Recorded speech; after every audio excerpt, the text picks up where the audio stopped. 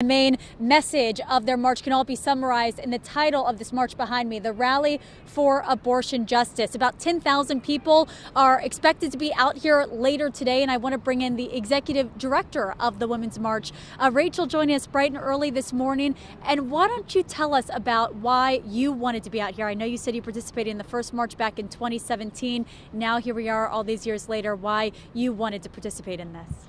I think there's so much happening on this issue around abortion justice that's either in the courts or in legislation, and it's really hard for people to understand where they can fit in and make their voices heard. And so we wanted to give folks an opportunity to do that here today in the streets, both in D.C. and in 660 marches across the country. Now, the timing of all of this is important, too, with the Supreme Court reconvening to hear oral arguments this upcoming Monday. Absolutely. Yeah, there's oral arguments, and then Jehu is on December 1st. And so we're going to be seeing a number of kind of peaks, not only in the Mississippi case, but also in the Texas case to come. You mentioned the marches that are happening all across the country, more than 650 of them happening. And of course, this is the epicenter. Take me back in 2017, that large demonstration that happened right here in the nation's capital. What's different this year, all these years later?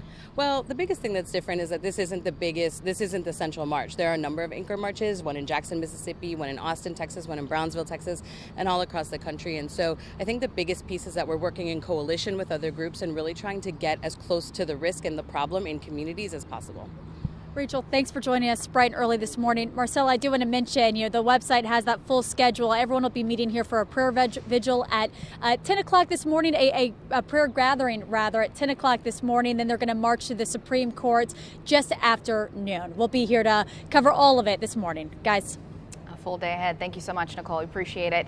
But the people joining the Women's March, they will not be alone today. They can expect to be met by counter-protesters. Students for Life of America is urging pro-life backers to join their demonstration, urging the Supreme Court to overturn the Roe v. Wade decision legalizing abortion.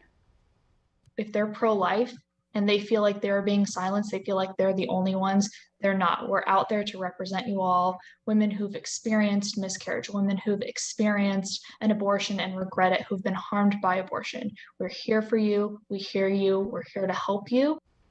The pro-life group not only plans to be at both Freedom Plaza and the Supreme Court, but also has organized counter-protests in many other cities today.